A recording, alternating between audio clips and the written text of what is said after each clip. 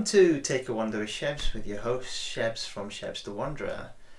Now my guest today is freelance writer Lauren Jarvis. Now Lauren writes about travel, wildlife, conservation, and she'll be discussing with me about how those have been affected during lockdown. Lauren has had the luxury of travelling all over the world, and here are some of her images over the years.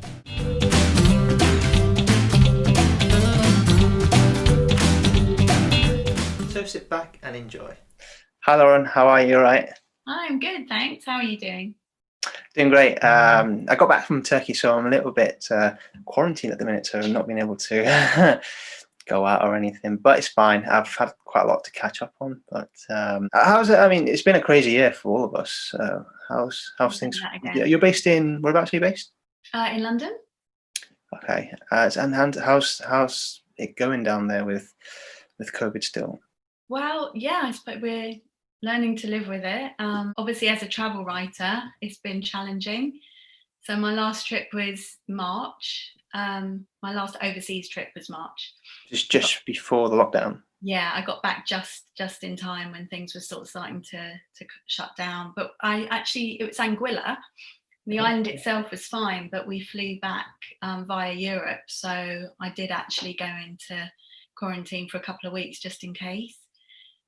But yeah, it was kind of lucky. Like the beginning of the year, I had quite a few trips, and luckily that's kind of kept me going with writing work through the lockdown. Been able to write about some of those, and then just like a lot of people, just decided to start exploring closer to home as well, looking at UK travel and UK staycations. Of course, and you just mentioned you do a lot of travel writing. It's mainly abroad then? Usually long haul, actually. Okay. Yeah, so I do. I write about travel, conservation, the environment, wildlife. So yeah, a lot of what I write about is destinations like Africa, Australia, Canada. They're the main destinations. So yeah, definitely off my list at the moment, sadly. Yeah, I mean, in terms of the writing itself, you obviously mentioned wildlife conservation. You'd probably have a long period of time there, or was it? I mean, how long do you get to write an article? It really varies. Yeah, sometimes it can be a really quick turnaround, and sometimes I'll have a few months to write it. It's always good, obviously, to try and write as soon as you get back from a trip when things are really fresh. So when you're out there, you won't necessarily be writing. You sort of just document, Yeah, get interviews maybe mostly. and stuff. Yeah, unless there's a really tight deadline on something, it will generally be that while I'm on a trip, and that can be, anything from a few days to 2 weeks on a trip, you're generally just documenting. So you're, taking part in activities, doing interviews with people. If it's wildlife, you'll be speaking to people on the ground working in conservation. If it's an article where you're going to have to review some hotels, and obviously you're experiencing that side of things. And then there's generally some time when you come back, to write up the story. Okay. Sometimes while I'm away, though, I am writing up stories.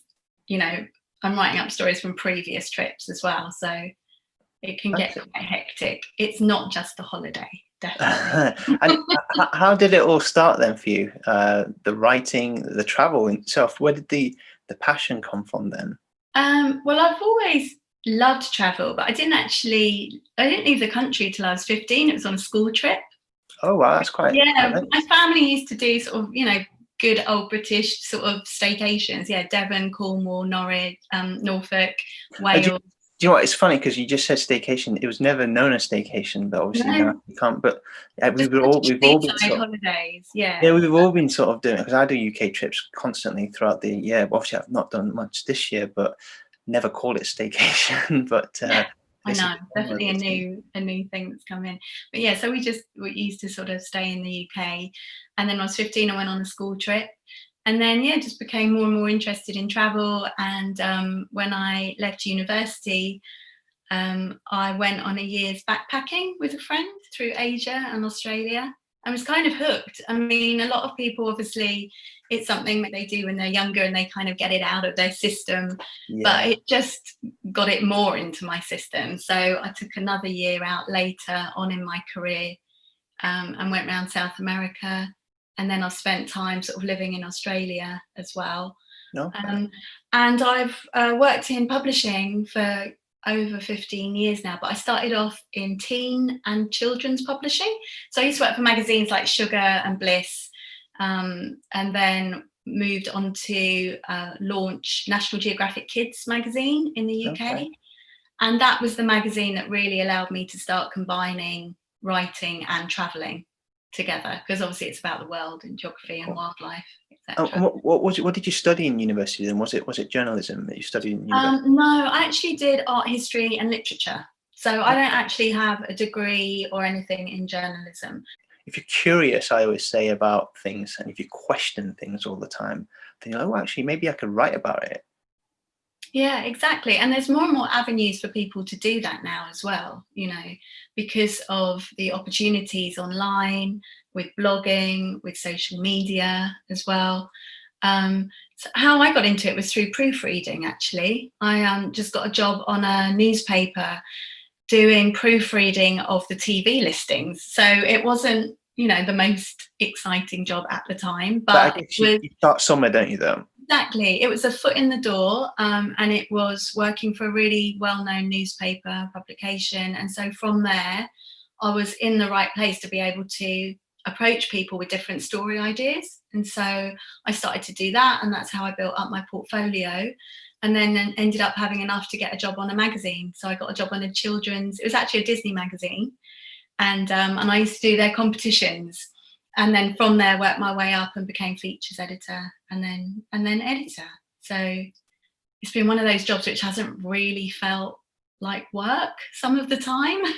Well, this is it, you see. So when it becomes part of your life, and it's, you do hobbies like traveling, and you don't see it as work. You could work 7 days a week and it will feel like, oh, you're not really working. Exactly. I mean, I suppose the hardest part of the travel is, like dealing with the jet lag, and, sometimes you'll arrive back from somewhere and then the next day you're on a plane going off somewhere else. But so I suppose if you're someone that needs a lot of sleep, it might not be the job for you. But, you just kind of grab it where you can, and sleep on the fly and then keep going. But definitely the opportunities that not just travel journalism, but all sorts of journalism offer, to explore, to meet a whole host of interesting people, and find out about their ideas, and it really does open the door to so many different things that you may not have had the opportunity to do. Can I just quickly ask you about when you first went away for the first time for a year, and then obviously you said afterwards as well as another year. Whilst you were away, what did you learn about yourself? Because when people tell me, oh yeah, I went away backpacking, across Asia, I always think when you're young, do you really learn much from an early age? Because if I look at myself, some of the places I've been to later years, I appreciated it more than when I did when I was younger. Maybe when I was younger, I was more into just like party. I was really into just partying and just going out and having fun, not necessarily too bothered about the historical aspect of travel. So the time I went backpacking, it was through Asia and Australia, and I was around 24, 25. So I'd been to university. It's quite a Yeah, mature-ish age, isn't it? Not yeah. 20, 21, where you're No, very young. I'd been to university and I'd had a few years working to save up the money to go and do it, and then I went. And I went with a friend who then came back after a few months, and so after that, then I was sort of on my own. And so I guess the main thing it taught me was, sort of self-reliance, being able to, pull yourself out of tight spots if you get in them, being able to adapt, sort of versatility as well, to earn money, to get jobs as I went along, everything from grape picking to painting houses to waitressing. It was it was a real learning curve, but I absolutely loved it. And it made me quite open to, I think, meeting and wanting to get to know different types of people as well, from all sorts of different cultures and with different ideas and different walks of life. I mean, it was just everything. We landed first of all in Bangkok, which was complete, sensory overload. Where sort of hiking around with our rucksack trying to find somewhere to stay, and yeah, just So you did it like a sort of unplanned, like a proper backpacker. yeah, we just went. Okay, okay. And back And then was really, this a time, by the way, when technology wasn't really around, with iPhones, nothing like that? It was just mainly yeah, you just go out there and you yeah, just had to pick whatever you found, really. absolutely. I had my Lonely Planet guide to Southeast Asia. When we wanted to phone home, yeah, you had to go into, like one of these phone centres. There was a massive delay on the calls. Yeah, Now, when you look at like someone going out for the first time, and let's say if you've got young kids or brothers, sisters, you're probably more happy because they can connect with you a lot easily. If they're in trouble, you can wire money across easily these days. It's not like back in the day where you had to wire money to like your bank, and it'd have to be days before you saw anything. So yeah. it's changed in that sense, I guess. And Yeah, definitely. Yeah, there was no, WhatsApp or being able to just talk to anyone for any amount of time for free anywhere in the world. That's incredible. But I remember, like, when it did start to come in, and there was that sort of connection to mobile phones a bit more. I sound really old. I'm not that old, but I suppose everything has progressed really rapidly with, in the last 10, 20 years. yeah, I was Um, saying in the last 5 years, it's gone like I just remember it's just the technology is just unreal the way it's. I mean, just traveling now is so much more easy. I mean, just I've just come back from Turkey and it was just so easy to just roam around and no worries at all, book things and stuff. And Yeah, and a map or a translator. I exactly, mean, yeah, yeah, yeah. yeah, in Asia, some of the places we got off the bus and we landed there, and it's like, well, I can't understand anyone. Can't understand any of the street signs. I don't. You just work it out, and that's great. And when I did have a mobile phone, I remember the first, some of the trips that I went on after that, I would not take my mobile because I liked that sort of disconnection. Yeah. So I mean, it depends. Now I travel mainly for work. I need my phone, I need my laptop. I have all of that around me, obviously, because I'm working while I go and I need that. But sometimes I think it's important as well to leave your phone in your safe in the hotel for the day, or do you know what I Mm. mean? And just because there's a constant pull away from where you are and that moment that you're in with the phone, and we're all guilty of it, aren't we? One question I always get asked, why don't I always, because you can always easily buy SIM cards these days, and then put it into your phone, but I avoid it because let's just say countries where you need Wi-Fi to connect to the rest of the world, for like 8, 9, 10 hours when you've got no Wi-Fi and you can disconnected, I find that amazing because as you just said there's no distractions. You might have a serious message from someone back home and you don't get it until you finish for the day. I think that's really nice. How was traveling in Turkey at this time? Yeah, I mean, Turkey as a country, they've decided to sort of go down the route. Well, I felt as though they decided to go down the route as just living with it. So they've opened up the borders. Anyone can go in. So even Americans who can't travel, they can travel if they wanted to. But I bumped into someone at one of the hotels. I said, "Oh, so did you have to quarantine when you got here?" Said, nope. Just took the temperature and said, "Off you go, enjoy." So um, I found it really safe. Everything, as I said, they're living with it, but they've obviously got the rules of the distance, and you have to wear masks in any public spaces, which is outside as well. So it's a bit different to the UK where you don't have to wear it outside, but you have to wear it in confined spaces inside. But when I took coaches and airplanes and stuff, you had to wear the mask. On coaches, well, I mainly travelled on coach all the way through the country. You got a seat to yourself. So if you're single, you had the seat and you had the other one free. So that Okay. was great. Restaurants and stuff, they took all precautions. But no, I never at one point thought, oh, I'm going to get the COVID here. Testament to Turkey, and I applaud them for opening the borders and yeah, just Yeah. allowing people to enjoy. Well, I think a lot of people are finding, there's a real balance with travel in it just creates so many jobs and so, much wealth around the world. And there are so many communities that are suffering from the collapse of travel, you know, as well as it's an inconvenience for everybody, and you know, you want your summer holiday, and a lot of people have missed that this year. You want to escape the winter, and a lot of us can't do that this year. But obviously the other side of it is the rangers on the ground in Africa who don't have any income because there's nobody in the lodges. The guides that are usually lead people on treks in Nepal that just don't have any income at the moment at all. So these all planned well in advance, or is it like, does it come about depending on the stories? so sometimes it will be that I will have somewhere in mind that I want to go to write about and do a story, and I'll get in touch with the tourist board or the PR that represents the tourist board, or a tour company to talk about doing the trip. Sometimes it works the other way around, and a tourist board or a resort chain or an operator will want to take a press trip and invite some journalists out and host them. So it's been a really quick turnaround sometimes, you know, with a few days notice. Sometimes someone will drop out of a trip and you'll have an opportunity to go, and then sometimes there's a few months of planning beforehand, so it's really varied. Yeah, I think if someone told me a few days beforehand, I'd probably find that more exciting than if I'd known 2-3 months beforehand. Because I tend to do everything last minute anyway. Does it also depend on like the work you might be doing, where a couple of months' notice might help you plan your writing? Research, maybe? Yeah, ideally, it's good to have a bit of notice, you know, to get in touch with people and sort out interviews on the ground, things. But things can happen quite quickly, you know.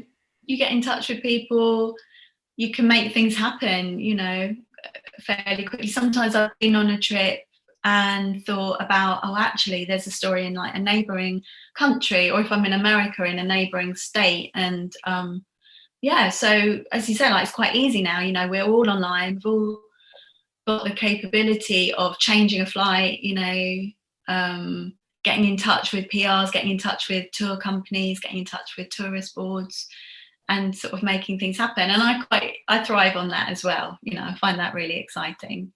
But you know, it's not so great when you're trying to plan things back at home, you know, because it's like, well, are you going to make it to this event, or this? Will you be here for that? And it's social life at home has to take an effect, doesn't it? Just ask you how it all started with the wildlife and the conservation writing, and where did that all come about then? Well, I've always been really interested in wildlife and loved animals. You know, when I was younger, I had thoughts of being a vet, and then I wanted to be a marine biologist. I was always sort of better at the kind of arts side. So the love and the passion for animals was there. I've been vegetarian since I was 12. You know, I've always been you know, a member of Greenpeace, that kind of thing. So I was always very sort of proactive in that area. But when it sort of came about with my writing was when I worked for the publishing company, and we pitched to get the business to launch National Geographic Kids magazine in the UK. And so I was editorial director of that for 6 years, and just, you know, had fantastic time. Got fantastic opportunities, interviewed the likes of David Attenborough a few times, which was amazing. Steve Backshall, Jane Goodall. And after that I went freelance and just sort of kept those contacts going, and started to write about nature, conservation and travel on a freelance basis. And so at the moment I'm travel editor of Breathe magazine, which is a women's wellness and mindfulness magazine, and I also write conservation pieces for them. So that's been really helpful during this phase where perhaps, you know, there's not as much opportunity to write about travel. So I can write more about the conservation side of things as well. So I've done that for National Geographic as well, for the adult website. So like my first piece was about bats, you know, and the connection to the pandemic. Oh, okay. I'm doing, hopefully going to be doing a piece for them about badgers as well, and the badger cull, and how that sits with the move at the moment to try and protect biodiversity and protect native animals. You know, so I sort of combine travel, but and wildlife together. So that's why I've been to Africa quite a lot as well, and written about poaching. The gorillas, that was an amazing experience. So if you get to go and do that, definitely. definitely, I would recommend it. So obviously you have to be really careful with gorillas at the moment because they're so close to us. They have to be very careful about letting tourists back in to see them, because although you've always had to stay a distance away from them, obviously it's such a small population. If COVID enters that population, then it will be Mm. disastrous for the gorillas. But yeah, having said that, though, it's a really positive conservation story. I think by 1989 there were 600 left in the world, and now they've managed to get the numbers up to over 1,000. Oh, And fantastic. and that's a really good example of how tourism has done, an amazing job Yeah, I helping saw that I saw a recovery. recent you talking about the concept about the gorillas. I think I saw a recent BBC travel show episode where they are struggling because of the fact that there's not been any tourism at all, and the funding has obviously sort of been completely gone from that. So, and it's affecting, and the biggest worry is, as you were saying then, the COVID may be transmitting towards the gorillas and having obviously the numbers then decreasing. And it's a good point you make about how that sort of conservation can really help, the growth, I guess, in terms of the gorillas or a certain animal. Because I had a guy on a couple of months ago back in the summer, and he was a wildlife photographer, and he'd done some amazing. And one of the photos he took of a gorilla was probably one of the best I've ever seen. But we were talking about the conservation when it comes to, is it right to keep animals in zoos and stuff, and we were talking about like rhinos and obviously poaching rhinos. I was lucky enough to go see rhinos in Africa myself, and I remember it was in Zimbabwe, and they said if you see anyone that you don't recognize, it's shoot first, ask questions later, because there's been so much poaching that they just take no chances. But what's your take on that then with, let's say, zoos, for example? A lot of people will say, well, if you want to see a lion, go to Africa, or if you want to see, what's your take on that? Um, yeah, this is a tricky one, and it's something that I've written about in the past as well. I mean, obviously, the preference is to see these animals in the wild, in their own habitat. That's not possible for everyone, obviously, due to economic circumstances. And I think that it's important for children, to see these animals, I think, at an early age, to sort of like learn about them, and to, I suppose, like develop a kind of care and concern for them. But I do think that there could be huge improvements with our zoos, with all zoos around the world, and how these animals are kept, with regards to more space, more stimulation. Yeah, definitely. I mean, no, nothing makes me sadder than seeing a gorilla in a small enclosure or a tiger in a small enclosure when they're, used to roaming such large areas. Yeah, I mean, what when we spoke about that, one of the examples we used was, well, if you want to see the Empire State Building, you have to go to New York for it. So why would you build, or why would you try and take bits of that into, let's just say, a museum? Um, and there are obviously good points that you make there about education and stuff, but then the argument again is, well, if you want to learn about animals, you can learn it in a book, or documentary. And one of the things I want to make a point on was when I was in the safari, at no point, and I remember a cheetah walking, and lions like literally so close to us, we can see it eye to eye, and they wouldn't come near you because they were giving us the look to sort of say, you're on my territory, don't even bother doing anything. And that was the beauty of it. So when animals obviously in a zoo, and they're sort of walking around constantly, and well, if you had a human being locked up, for example COVID, you want to break out, don't you? Yeah. So I found the animals actually so much more friendlier. You'd think you'd be scared of these animals, but you're not actually.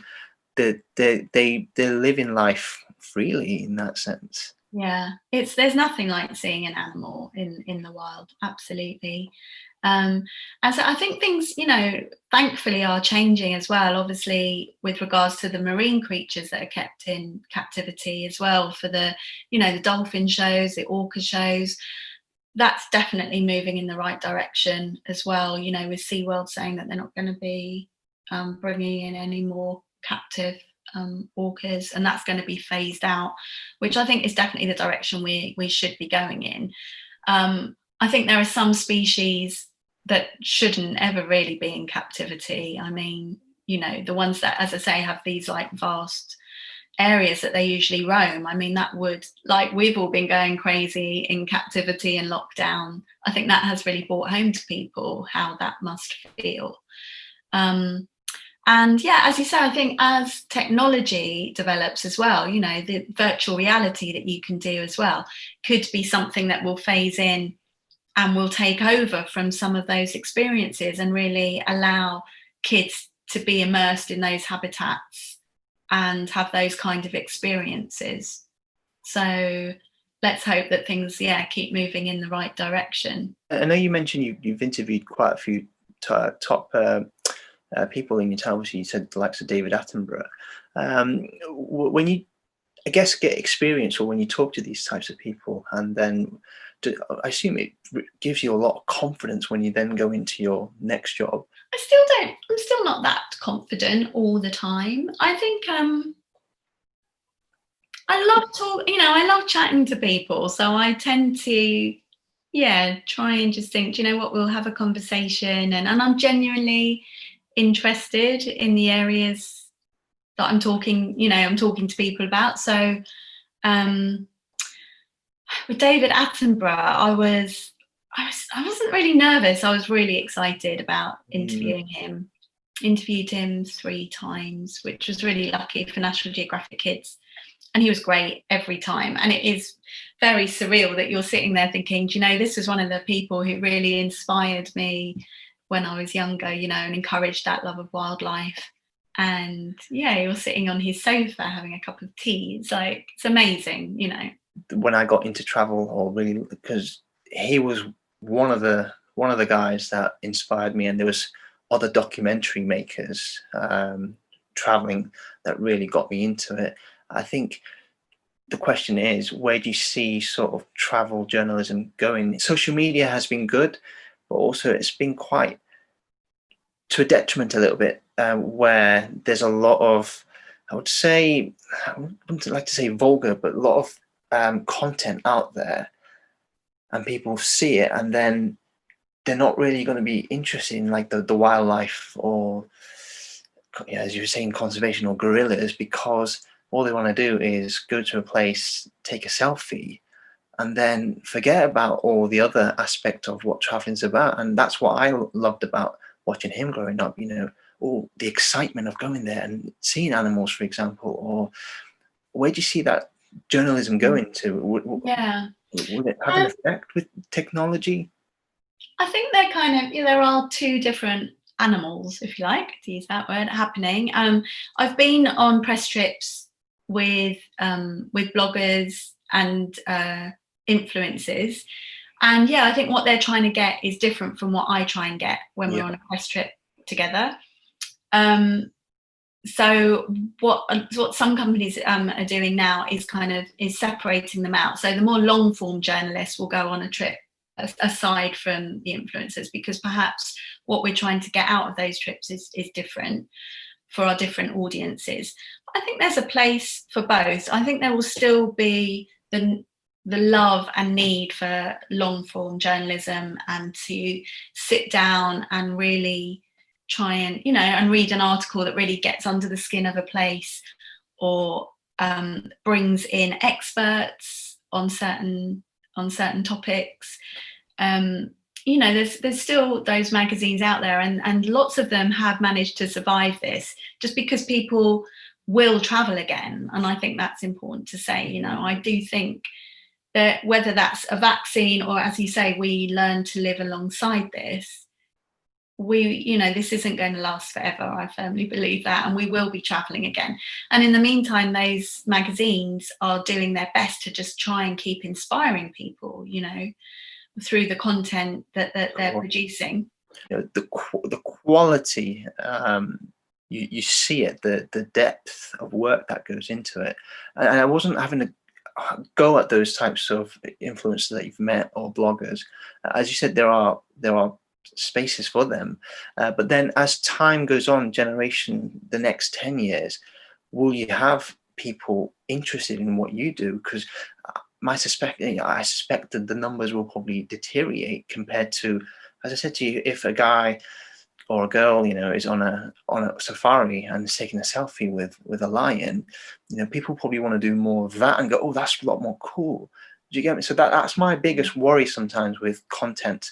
And I love social media. Social media is fantastic, but sometimes there's got to be something there to sort of maybe protect. And I have a feeling that maybe it's affecting tourism or travel and maybe ruining it a little bit for some of us, that been sort of are more into these sort of in-depth travel. Do you get what I'm saying? Yeah. Well, there are definitely, before lockdown and before COVID, there were definitely places that were suffering from over tourism and from the Instagram insta hit selfie. Absolutely, like Venice or the Faroe Islands. There's just too many, or Amsterdam, too many people. So maybe we don't need to find the problem. It feels like the world's kind of leveled it out a little bit for us at the moment, in its own way.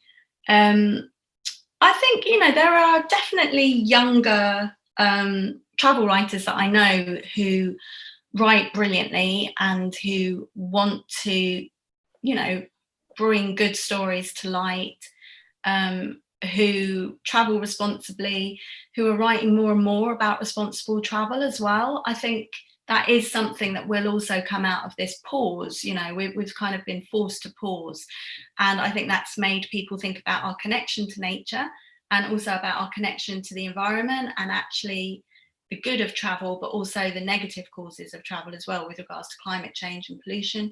So I do think actually that this has got a lot of people thinking about how they're going to travel in future when it starts again. Of course. And I know that there are a lot of people within the industry and within the travel writing industry as well who are really trying to say, do you know what? Okay, when it comes to travel again, think about these things. Think about what you're giving back to communities. Think about how it's protecting wildlife, how it's protecting jobs, the footprint that you're leaving behind. Do you see what I mean? So I think in a way we're kind of at a moment where there could be a bit of a flip back in the other direction, and that we see people thinking a little bit more and a bit more deeply than, okay, I'm here, I'm going to take a selfie. It's like 20 years ago, for example, you'd only see the likes of, David Attenborough, or one of my favorites is Levison Wood. And those types of people were the ones that would be traveling. And that now, obviously, with how easy it is to travel, I think you're probably right. It will probably switch back. I think also people probably get sick of certain content, and then you want to see more. So it's funny how it can, turn full circle in no time. And the next thing you know, as you said, COVID could be one big factor for people wanting to, see more in-depth work. And it's fascinating times ahead, I think. So I look forward to it. So what do you like to do outside of your writing and traveling? Back in the good old days, when we could go out and socialize. Yeah, definitely. When I get back, it's all about catching up with family and friends and making the most of London, and everything that's on the doorstep here, which is, a fantastic city to live in, obviously. As much as I love going away, it's always nice to come home as well.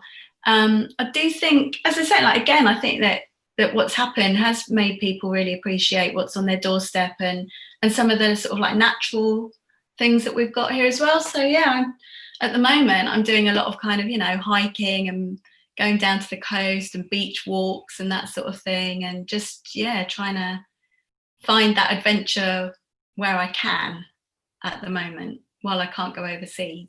there a specific place that always sticks in your mind when it comes to any of your travels? Have you got any favorite place that you like to go back over and over again, or? Oh, so tricky. I love Australia, so it's making me a bit sad that at the moment there's kind of no non-essential travel to Yes. Australia, obviously, for the foreseeable future. Um, Antarctica was an amazing trip as well. Oh, So wow. I wanted to go for ages and finally made it a couple of years ago on an expedition with National Geographic and Lindblad, Oh, fantastic. where they were actually doing some science on board. So that was a really fascinating trip. So they were studying orcas in Antarctica and how Okay. climate change and fishing and that kind of thing had sort of like been affecting populations. But it's just stunning. It's just the most wonderful otherworldly place. And I got to do an Antarctic plunge as well, which is something they do when you're on a cruise in the polar regions. Oh, okay. You don't Wow. have to, but if you want to, you can kind of take a dip. So Oh, with fantastic. icebergs around, and yeah, so that was one of the crazier things to do, but it was beautiful. Absolutely recommend that. But yeah, some amazing places. Brazil, another favorite. Oh, that was one of my favorites, actually. Did you go to Rio as well, I assume? Did you Yes. do the favelas as well? Yeah, I did do them. Yeah, I mean, I did one where Michael Jackson went and did his music video back in the 90s, mid 90s, and it was quite extraordinary to see because that favela became very popular because of it, and it gave a lot of people within that area hope. So they've got a statue and everything, and there's sometimes there's issues with gang related incidents and stuff, but um, even the gang members don't touch the statues or anything related to him because they respect him that much, because he obviously came to this country, came to their area and stuff. But like, I took a local guy, met a local guy, and he took me around and stuff, and he was saying this is all sort of sacred area for, because he walked through the steps and stuff, and it brought a lot of money and tourism into the area. But yeah, it was extraordinary to see that, you know, one man can give so much hope for for a generation, the next generation and stuff. So it's quite interesting to see. So, but I don't know what your take on the favelas was like. Yeah, I did go. Yeah, it was a few years ago, and that I went with a guide, a local guide that we found, and yeah, sort of a mixture of emotions from that. You know, we saw quite young children who were obviously involved with some of the like drug running, which was obviously Mm, incredibly sad. Um, Also saw, you know, some like quite thriving businesses in there as well. You know, it's a real mix, obviously. But I think Brazil is a fascinating oh, country. absolutely. Um, Went to the Amazon as well, which again is just, you Yeah. know, so I concerning at the moment what's happening. yeah, And you think I was fortunate actually enough to do it as well. It was awesome.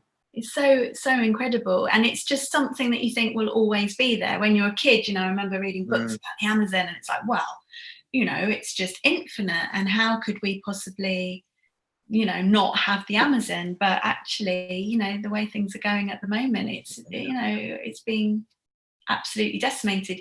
So yeah, again, like I think, you know, travel can help to put spotlights on these kind of things as well, like your trip into Rio as well, you know, like writing about that sort of thing, and just encouraging awareness, encouraging people to get involved and protest or donate, or, you know, yeah, definitely power for good. Any other new developments coming up before I let you go? Well, obviously um, you're still writing and stuff. So Still anything that you look writing, forward to? luckily. Yeah, I'm very thankful for that. As I say, I've sort of, you know, I'm still writing about the trips that I did in the earlier months of the year, and some conservation pieces as well. Done some other project work. And then for the next couple of months, I'm going to focus on UK travel. Okay. Try and get up to the lakes, Scotland as well. I've always, you know, wanted to explore a bit more of, and then yeah, see where next year leads us. Hopefully, fingers crossed, it's to an end to this anyway. So, Lauren, I want to thank you for coming on, and I really appreciate your time. Oh, it's And been great chatting to no, it's you. been great. Thanks Absolutely, it's for flown by. The asking time's me. actually flown by. And thank you very much. And when I'm in London, when I can get back into London, I'll give you a call and we can meet up and stuff. So it'll be quite Would good love to to. catch up and stuff. Right. Good luck with the rest of your quarantine. Thank you very much. There you go, everyone. That was Lauren. I hope you all enjoyed the conversation that we had. There's a lot of discussion, as I said, about the travel, conservation, the wildlife, and some of her journeys in Africa as well. And if you'd like to follow Lauren on all of her journeys, you can do so by following her on Instagram at Lauren Jarvis Travels. That's it for Take a Wander with Shebs. Hope to see you all soon. Until next time, bye for now.